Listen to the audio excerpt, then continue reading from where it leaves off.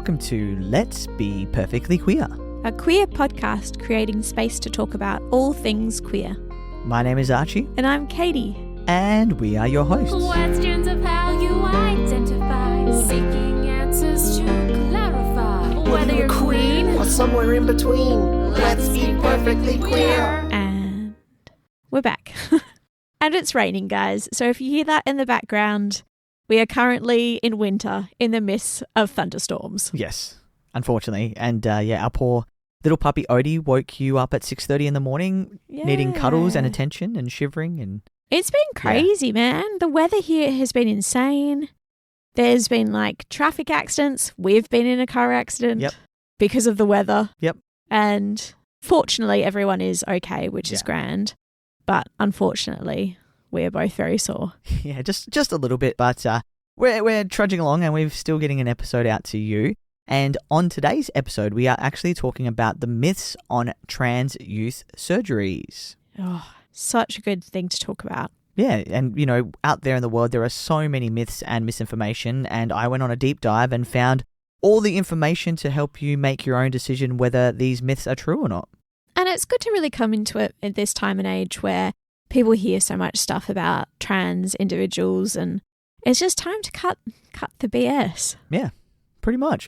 But before we get into that, I recently saw something and I showed Katie today. So who here has watched K-pop Demon Hunters? Oh, I hope all of you are putting your hands up and singing along to Golden in your cars. Yeah, so basically there is this song and it's called Golden and it is from K-pop Demon Hunters. And it was basically this morning that if you listen to that song and you think about it from a trans woman's lens, it actually has a lot of beautiful meaning to it. It's gorgeous. I love the song. Yeah. It's so catchy. It's bloody brilliant. It's such an emotive song anyway. Yeah.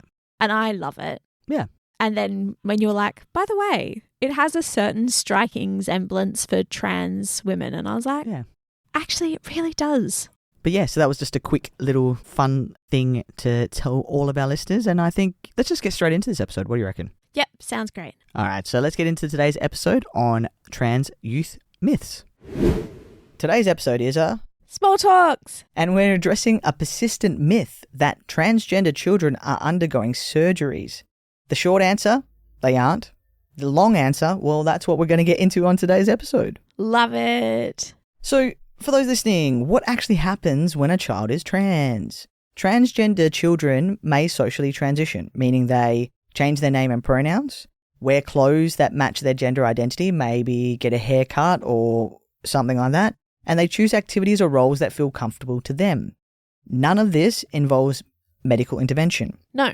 Medical intervention, if pursued, only begins in adolescence, and even then under strict guidelines.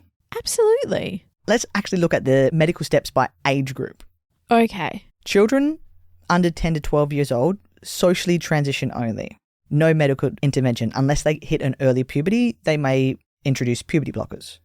So when people are socially transition, it's so funny because I think that they think of it as more of as what adults have to do, which is okay, I need to come out to all my friends. Okay, I need to say I need to change my name.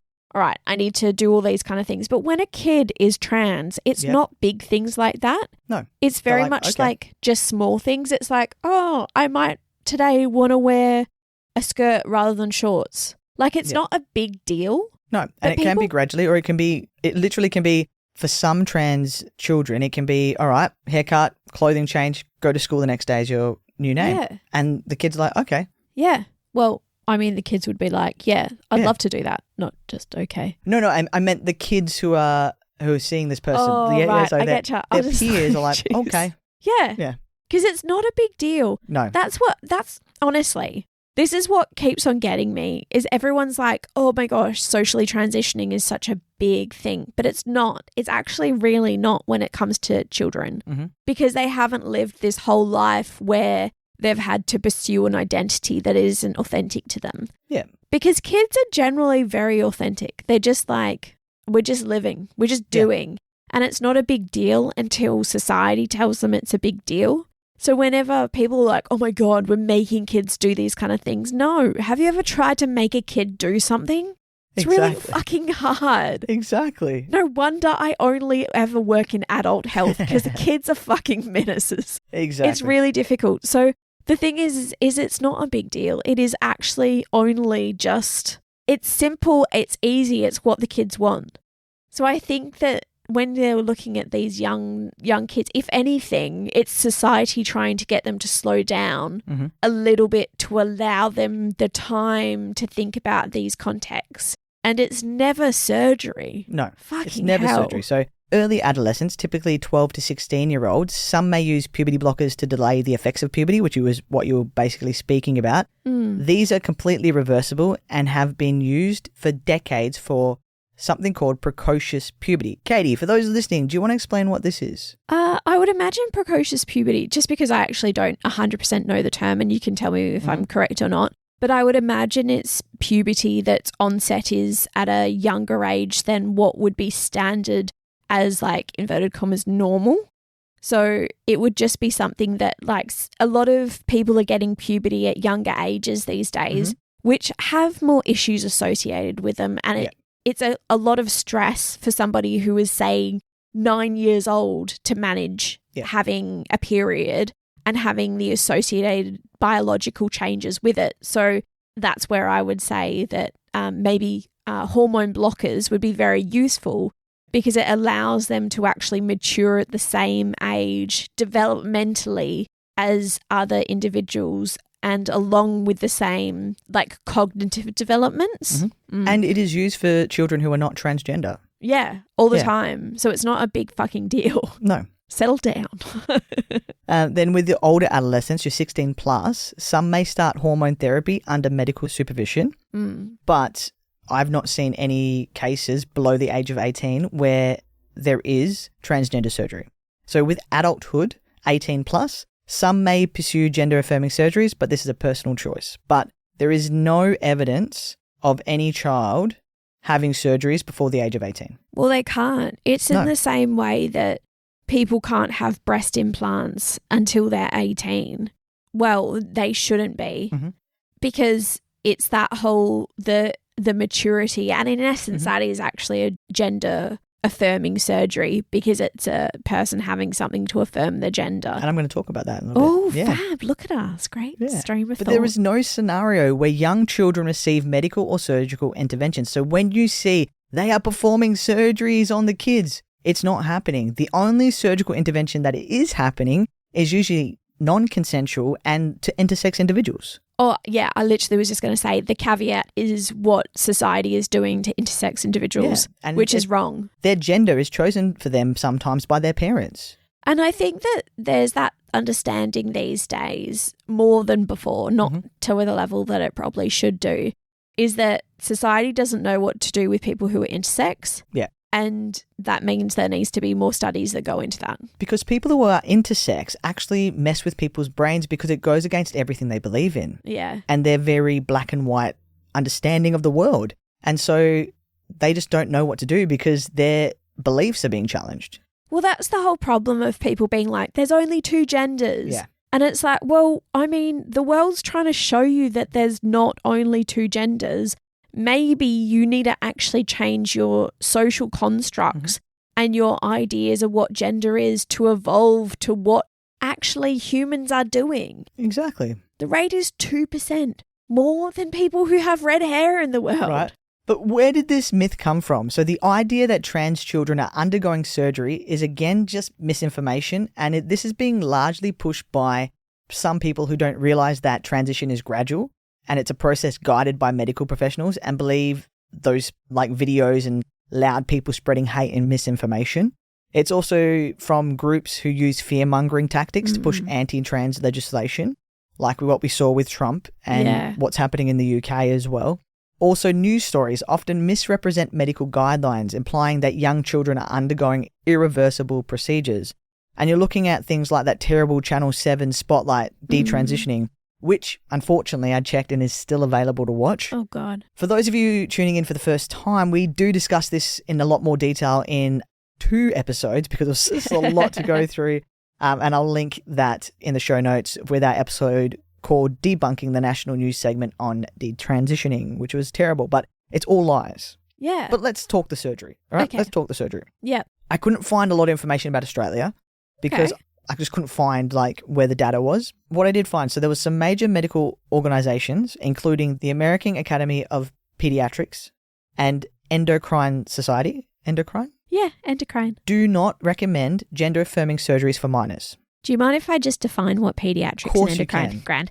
So pediatrics is basically healthcare towards children. I'm pretty sure that it comes in different areas. It comes to like under 18, sometimes it's under 21. Mm-hmm. And endocrine is generally endocrinology. So you're dealing with hormones. You're dealing with a lot of different hormones and how they affect the body. It's not just like your kidneys. A lot of it is to do with your adrenal system, your growth system, your maturity. Hormones control your whole body. And in rare cases, older teens may receive top surgery, which is chest masculinization, but only after extensive medical and psychological evaluation, and they must be over the age of 16. Yeah. I think in Australia, they don't allow, you can't get it under the age of 18, I'm pretty sure. Yeah, I'm quite sure.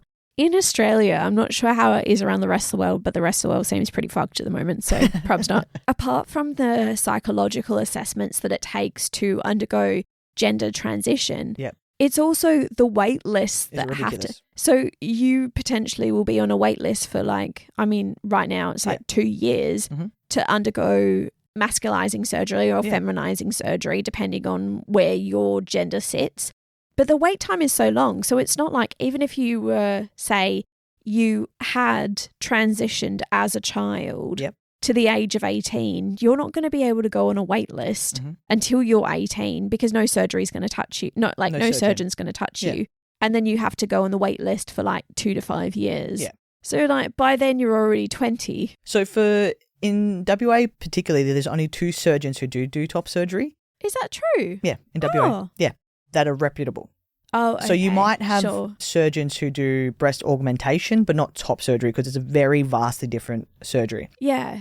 So the most reputable surgeon is Dr. Timothy Hewitt, and he did my surgery. And at the moment, I think he's got about a 16 to 18 month wait list just for a consult. Yeah. And that's not including then waiting for your surgery as well. But that's the thing, is that it's... And he won't see you without a reference from a psychiatrist. Yeah. But that's the thing. It's not just when you're doing top surgery, even though it's a double mastectomy, there is so many more facets to it that make it... I mean, in essence, it's art. Yeah. It's taking a body that may look stereotypically like a more female... a female presenting body. Yeah, the presenting body, thank you very much. And then turn it more into a male presenting body, which is not just like lobbing up some boobs or breast tissue. It's also sculpting and making it more male presenting. There's so much more to it, as well as making sure that you don't lose the nipples. With a lot of double mastectomies, when 50% chance. Yeah, exactly. So there's so much more to it, as well as the nuance of dealing with people who are part of the queer community and part of, well, specifically trans, who generally have a lot of derogatory towards them, and as well as miscare when it comes to the healthcare system. I mean, we've already seen the data behind it. So like you're dealing with people who need further physical support as well as further psychological support, because having top surgery, and this is talking from somebody who never had top surgery, though I'd love to take my breasts off, thank you very much, who's never had top surgery, it's I would imagine a very emotional journey to go on, to wake up and finally being like, oh, thank God I don't need to bind, or thank God I've now got breasts that represent what I need them to in regards to trans women. But like, which is not top surgery, but in a way it is top surgery. It's breast augmentation. It's funny, whenever I think of top surgery, I always think of... Well, top surgery is generally the term used for female to male, but with a male to female, you're looking at breast augmentation. So you would just call it breast augmentation. Yeah. But in the same way, there's a lot more surgical intervention that goes into breast augmentation. Like you have to create, and there's a lot of like spaces, because you can't just put implants into somebody's chest that isn't ready to receive it. because there's not enough skin to stretch over it, or else you'll end up with massive stress marks. You end up with a lot of stretch marks if you try to go too big too soon. In the same way that like it would stretch out your areolas and it would stretch out everything, and you would end up, because there isn't pockets made for it specifically, you would potentially end up with asymmetry or misaligned breasts or like a lot of pain. So there's like a whole process in it as well. Not that that's my specialty, but I imagine from what I've seen is that you actually have to put spaces in and you have to stretch the skin out, and it's a longer process over it as well. So, and I also want to mention as well, these types of surgeries are not just for trans people. They can be for non-binary individuals as well. Yeah, completely. See, when I think of trans and non-binary, but it's very different. But not everybody does. No, it's very true. So I true. just wanted to point that out for those listening. Thank you, my dear. According to the American Society of Plastic Surgeons, and this is where it gets interesting, experts have said that adolescent top surgeries were less frequent than cosmetic breast procedures performed on teenagers who are not transgender in 2022 from the ages of 13 to 19. 13 to 19. So top surgeries were less frequent than cosmetic breast procedures. This is not medical breast procedures, like back at cosmetic breast procedures. No, I was just going to say there are children out there at the age of 13 having breast augmentation. Apparently. Well, that's according to their data. That's what it says on the data. Oh, that's so worrying. Bottom surgery is almost never performed on minors. I think they've put that there because there's no data, but they just put the almost just because, you know, you have to have that little wiggle room. Yeah. What if there was like one person out there who had surgery, but it wasn't actually bottom surgery? It was something to do with something else. But it could also be something to do with intersex and stuff like that. So, you know, I don't think they're going to include that with if it's medically necessary. Yeah, completely. The idea that young children are receiving surgeries is not only false, but deliberately misleading. In Australia, the approach to gender-affirming healthcare for transgender and gender-diverse children and adolescents has strict standards and have been supported by reputable medical organisations.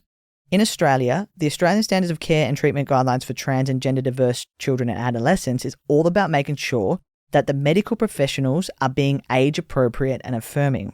The idea is that any medical steps, including puberty blockers or hormones, should only happen after a thorough assessment by a team of experienced professionals.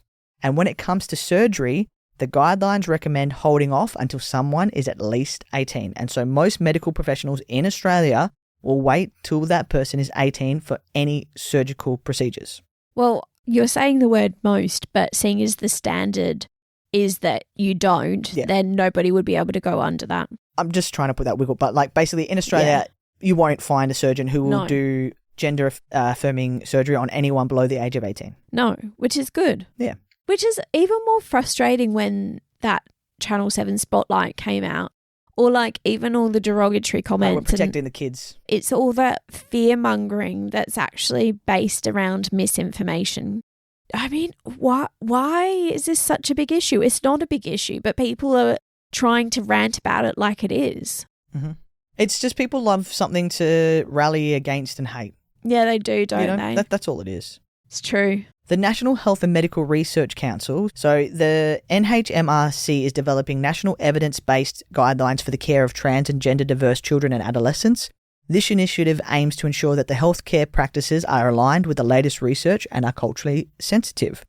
And then specialist trans and gender-diverse health services, states like New South Wales, have established specialist health services providing evidence-based, multidisciplinary care to trans and gender-diverse young people and their families.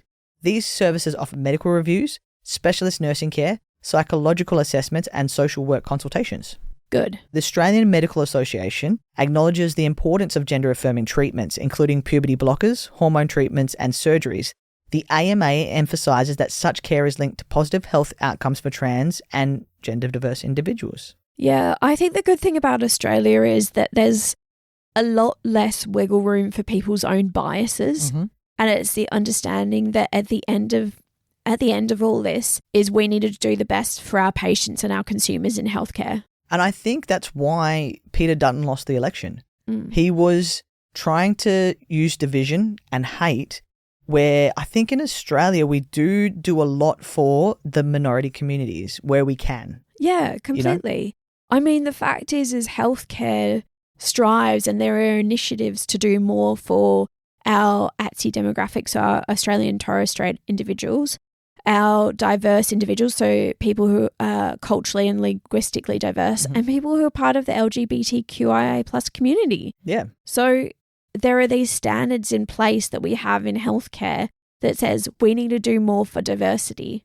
And that's not just the care that we provide, but also making sure that it's an inclusive space that is safe for people to attend.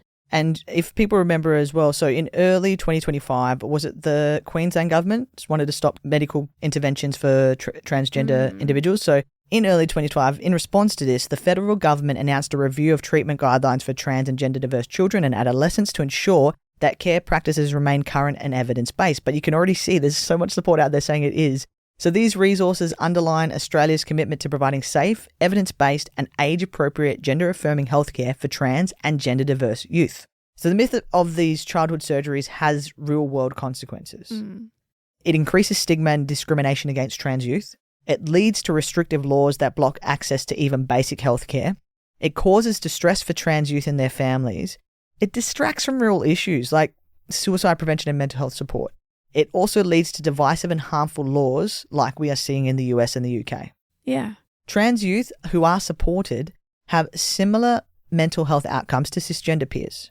Lack of support leads to higher risk of anxiety, depression and suicide. It's so true, isn't it? It's funny. I attended a lecture the other day that was about how we need to support our queer community because of the high rates of mental health. And I don't think people quite understood. They were just like, oh, yeah, there's such bad mental health in the queer community because they're queer. And I'm like, no, it's not because they're queer. It's because they're subject to such discrimination being queer. And that leads, no matter what, if somebody's subject to discrimination, it's going to lead you to having poor mental health. Yeah. It's not fucking rocket science. Yeah. And, you know, it's because when LGBTQ individuals see all the news, they see the movies, they see what society says is okay and not okay, then that's what leads to the bad and poor mental health and the reaction from society on who they are. It's funny even when watching Lost Boys, I get quite triggered. Yeah, that's why we haven't watched much more because you're getting really frustrated about it. But see, for me, growing up in the country, I'm like, that was life. I think I'm so desensitized to it because that's what I saw. Yeah. Whereas, like, I still find it quite triggering. And there's even now when things do come up, I find that my first reaction is always going to be like, I need to speak up and I need to do something about it right now. And I can't take away that response. God, therapy. Yeah. Cool. So with me, though, you can see I have a very different response. Yeah. Because that was everything I knew. Yeah, completely. You know, it wasn't until I came to the city that I said, oh, people are actually understanding. So it's very different. And also puberty blockers reduce the risk of suicide and allow time for gender exploration. I mean, that's what they're for. They're not there they're just there to allow for gender exploration. Yeah, I think that's the whole point, is reiterating that puberty blockers don't, in essence, they're blocking your hormones from developing. So you're not going to develop the same way. And just go back to your high school health class. Yeah. Where it's like, oh yeah, you're going to develop body hair in places, you're going to develop boobs, your genitals are going to develop, all those kind of things. It's just going to delay it to allow you to actually have the thoughts and conversations and trying to figure out what you need to do. Exactly. It's actually an amazing tool. Exactly. And then, so when misinformation spreads, it makes it harder for trans youth to access the support they need as well. And that's how we will lose more trans individuals. And so when people say that we're protecting the kids, you're actually harming the kids. Yeah. I mean, if anything, you're going to cause the suicide rates to increase. That's exactly what they're doing. It's discrimination. So here's what you can do to be an informed ally. Whether you are part of the LGBT community or not, you can still be an ally to the trans community. So educate yourself. Rely on credible sources like WPATH or WPATH, I'm not so sure how you say that, but World Professional Association for Transgender Health, the American Academy of Pediatrics, OzPath, which is the Australian Professional Association for Trans Health, and the NHS Gender Identity Development Service in the UK. Also, speak up. When someone spreads misinformation, correct them. Yeah. By not saying anything, you're perpetuating that discrimination from still happening. You're being a bystander and you're not doing anything. Completely. And it doesn't necessarily mean that you have to be angry or aggressive about it. Sometimes it's just actually Just saying that's not true. yeah, that's not true. I'd be like, oh, buddy, why do you think that? Yeah. Hey, what's wrong? Like, what are you doing, man? Yeah. That's ridiculous. You can make it jovial and then it elicits a conversation. Well, which crazy auntie told you that? Yeah, completely. Yeah. You can also support trans youth, so respect their names and pronouns and advocate for policies that protect their rights. Push for mental health support, ensuring access to affirming therapy and healthcare improves outcomes for trans youth. So to wrap this episode up, no, young children are not getting gender-affirming surgeries. The best way to help is to educate yourself and support policies that actually protect trans kids, and do not listen to hate and misinformation, and educate yourself. But yeah, that's the episode. So thanks for listening. And if this episode was helpful, maybe you could share it with someone who needs to hear it. Yeah. Yeah. And if you liked this episode and you've listened all the way to the end, we want you to rate, review and subscribe. If you wouldn't mind. If you wouldn't mind, we'd really love it. It We takes a love few you so seconds. much. It's only a couple of seconds. We basically just want to get out there to more people. It's becoming more and more urgent for voices like ours to be out there so people can realise that there's resources, there's supports to share the information. And for everybody who doesn't want to read through everything and all the links, I'll link everything and you can just listen to the episode and feel like you're educating yourself. Completely. And we'll give you just the gist of it and we'll tell you how things go. Because we've got ADHD, we understand we need to summarise it quickly. Yeah. We get it. Exactly. Anyway, thanks again. Thanks, everyone. I hope you enjoyed this episode. And until next time, I hope that we have been Perfectly queer.